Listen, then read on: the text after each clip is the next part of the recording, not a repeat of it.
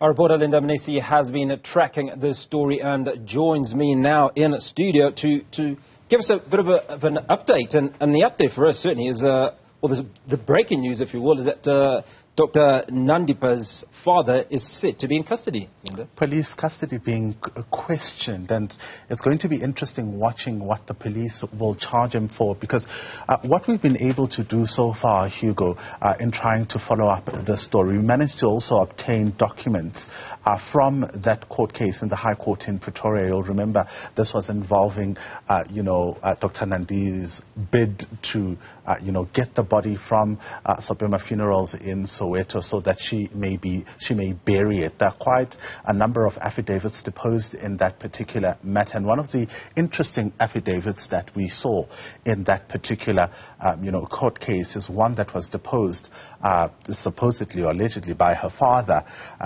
who details that he in fact sat through the Lobola negotiations with a representative of Thabo Bester, who then paid 60,000 rand. But you also look at the affidavit that was deposed by Dr. Nandipha, also, allegedly deposed, also detailing how, her father was said to have been arrested when he tried to go and collect that body at that Sobema Funerals. In that affidavit, it also states that he wasn't alone. He was actually with another employee. So to know that police are following that link is quite interesting, because then it kind of gives us another angle to the story in terms of what police are looking at and the possible leads that they are looking into.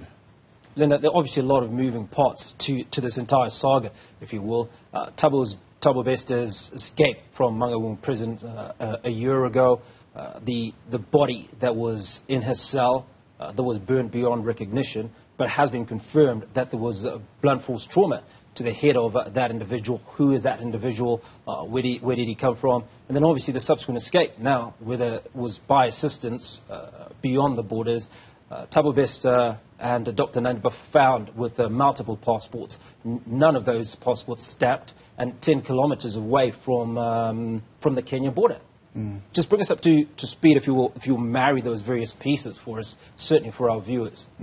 You'll remember that last year the Department of Correctional Services did issue out a statement informing South Africans that in fact Thabo Bester, who was known as the convicted rapist and murderer, had died in his prison cell.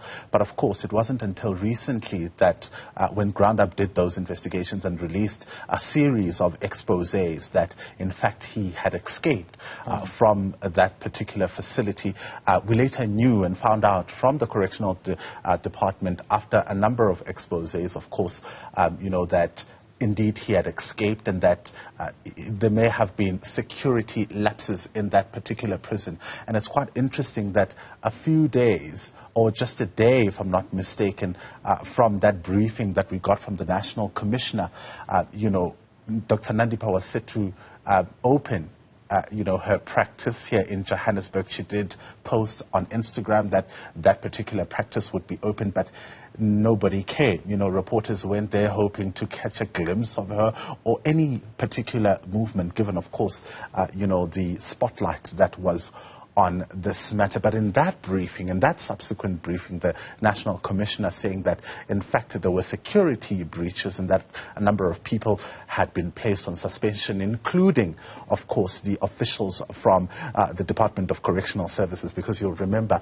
that particular facility, the Mangaung prison, is under the care of G4S. So what happened in that contract is that the Department of Correctional Services contracted a company called Bloemfontein Correctional Contracts, which then subcontracted G4S to manage that particular facility. So in that facility, what you will find are G4S employees as well as the Department of Correctional Services employees, who then oversee the entire process. So it was not only the 3 G4S employees who were dismissed, but also Department of Correctional Services employees who were then placed on suspension. So a couple of weeks, of course, that came with a number of questions in terms of the involvement, and that's where we heard that, in fact, the body was brought in from outside, the dead body, so which suggests that this person was already dead when he was brought into that facility.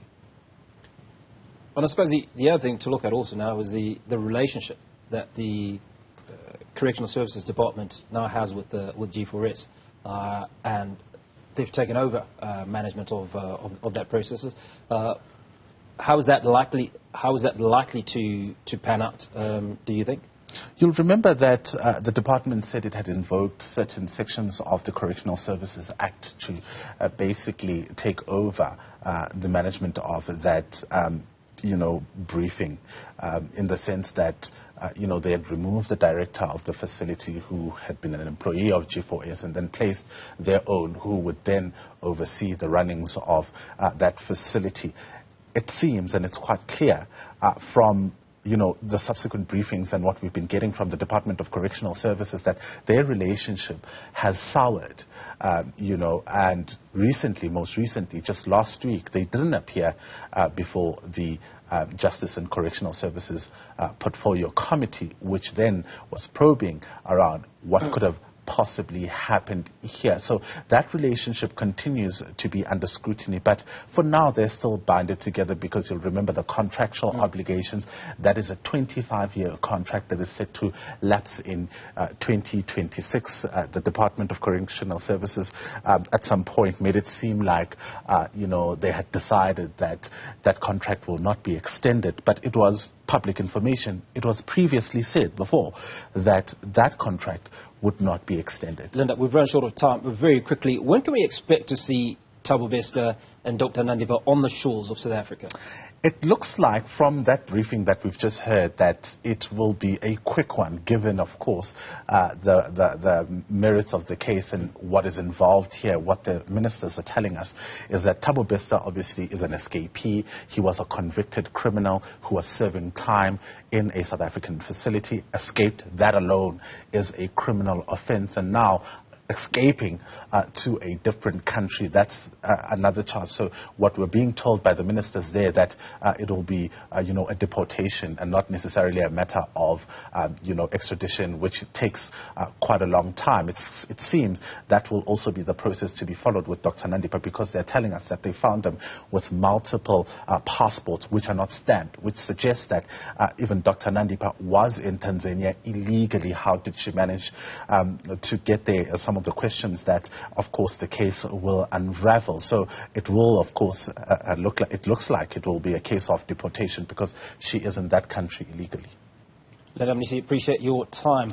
Linda Mnisi, our reporter, unpacking for us that story around the arrest of Thabo Bester and Dr. Nandipha in Tanzania.